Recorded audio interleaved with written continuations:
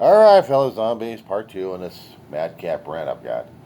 Diary of the Griever named John Weaver, which is me, dealing with things right now for Friday the 13th, 2026. And it's a little after 5 o'clock in the morning, West Coast time. We're talking about the SAVE Act on how the federal government is interfering more and more with voting registrations. They want power, they want control, they want information to lie, cheat, steal, manipulate, and rob people blind. They want money, but they also want information and see who's who's. And if you're not part of them, you're the enemy of the state. They're doing the same shit in Russia. I mean, they're doing the same shit like they did in Russia, which is we want all the paperwork, we want all the verification, and we're going to put you through the scrutiny because we are the government and we say so. And at this point, they want people to use the real ID, which I tried to explain in the first one. And now in this one, how to get the passport. Well, you have to go to the State Department on this one. You have to go through a few other websites. On USA.gov, they have U.S. passports. And they'll probably have the links to the United States State Department. I'd rather be going to the travelstate.gov. That'll give you all the current information that you got. And it's on here as how to tell you how to get the passport and how much you're going to be charged an arm and a leg just to get it. And how you're going to be doing all this process. It takes a while. It also takes money. You get the paperwork printed up, or else you can go to a place that can actually do it. On the State Department website, they're saying that you could find a location to apply in your territory. My location will be a few places in the Antelope Valley on that one. And how much will it cost? Say, for example, you already got the real ID. You already been through your state. You jumped through the legal hoops. You brought in a fresh birth certificate, which costed you money right there in time, because you had to go through either a facility or did it online, and you're really screwed on that one.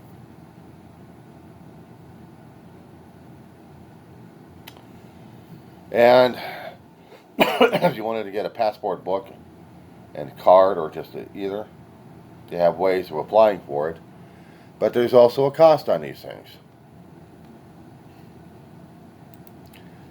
The cheapest way to go through, just for local commuting within the states, or just a little outside of U.S. territory, say Mexico or Canada or the Caribbean, get a card.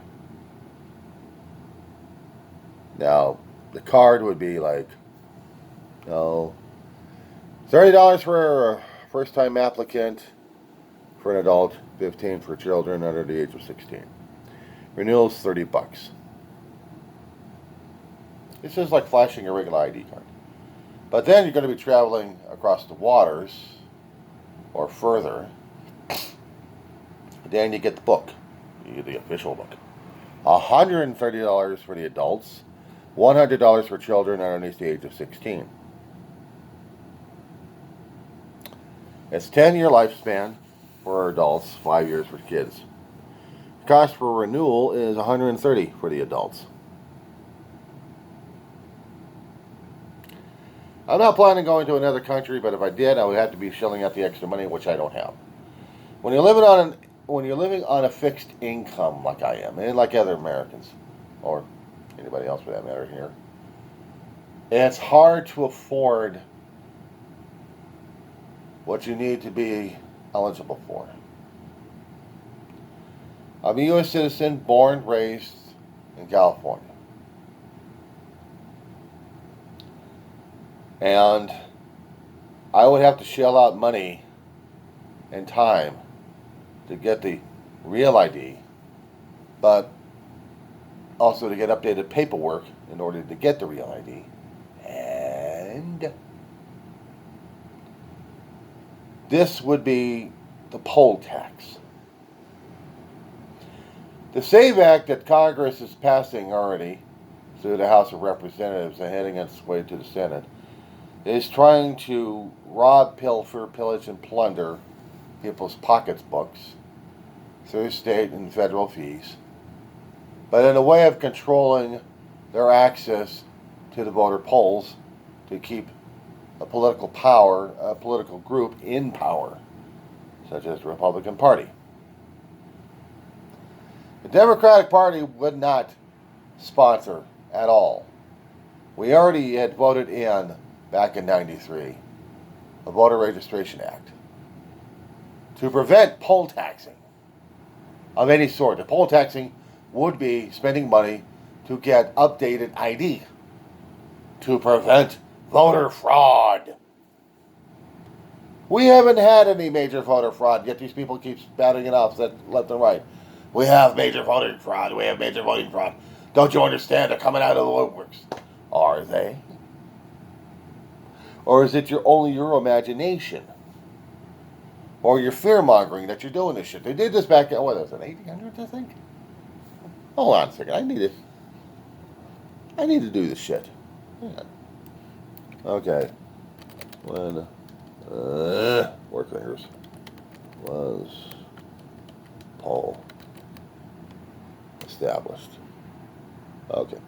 When was the poll tax established? I threw it in there. Britannica? Okay. There we go. Poll tax in English history, a tax of uniform amount of a tax of a uniform amount levied on each individual or head.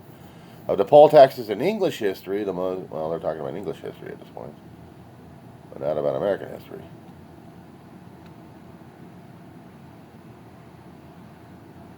Okay, well, we'll talk about England at this point. In the United States, most discussion of the poll tax was centered on its use as a mechanism of voter suppression directed originally at African Americans, especially in the southern states. The origin of the tax in the United States is associated with the agrarian unrest of the 1880s and 1890s, which culminated in the rise of the Populist Party in the West and in the South. Populist, the low-income farmers' party, gave the Democrats in these areas the only serious competition that they had experienced since the end of the Reconstruction. Intensity competition led both parties to bring blacks back into politics and to compete for their vote. Once the populists had been defeated, Democrats attended their state constitutions or drafted new ones to include various disenfranchising devices. When payment of the poll tax was made a prerequisite of voting, the impoverished blacks and often poor whites, unable to afford the tax, were denied the right to vote.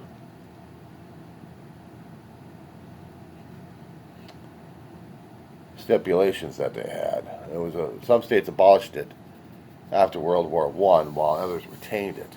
Its use was declared unconstitutional in the federal elections by the 24th Amendment to the Constitution, effective in 1964.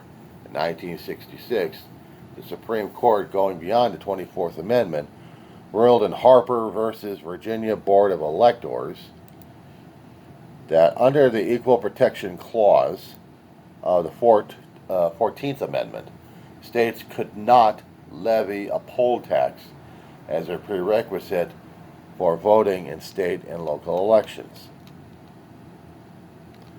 But what the SAVE Act is doing in place of the poll tax is requiring additional ID, which means you're spending more money to get that additional ID. You could use a passport, but you also need something else to go along with it.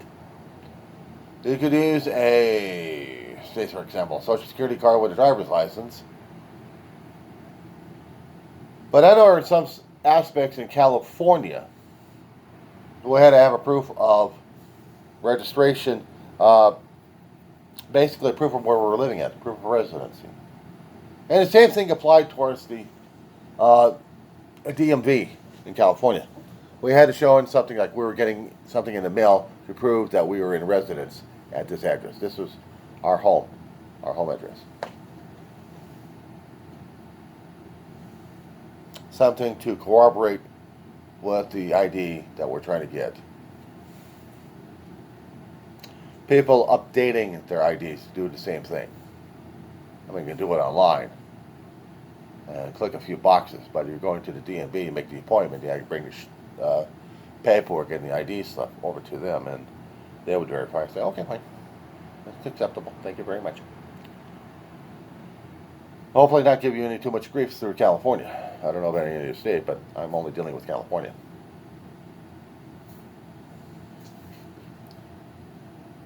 But I don't have to pay extra money for it. Well, actually, I do have to pay extra money to get the ID updated. I have to. It's required. So I'll be okay on that one, right? Okay. What if I'm not? I'm not okay with it. What if I'm not okay with all of this? It's just pure meatball, you know? It's just pure meatball. But this is what we're dealing with right now.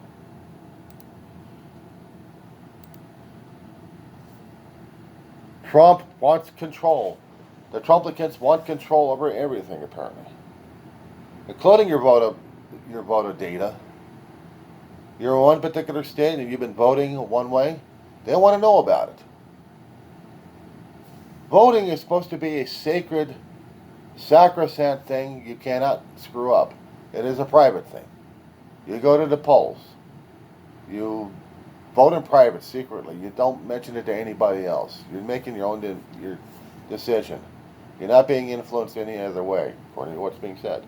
However, that's being changed. Because the Republicans want that change. They want to know how'd you vote. And if you're going to be a threat to them or not. Deny you your power to vote. Despite what the Constitution would say. You would get denied power to vote because of their version of the poll tax. To save the integrity of elections.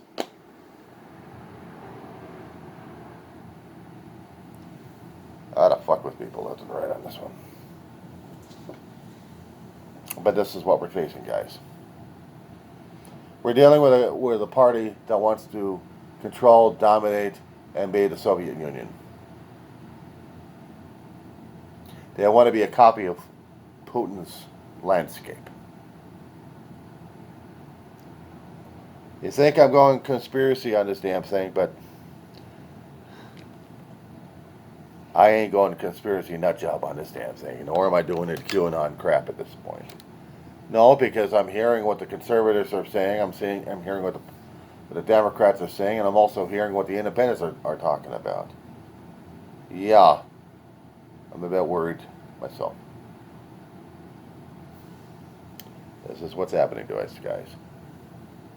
That being said,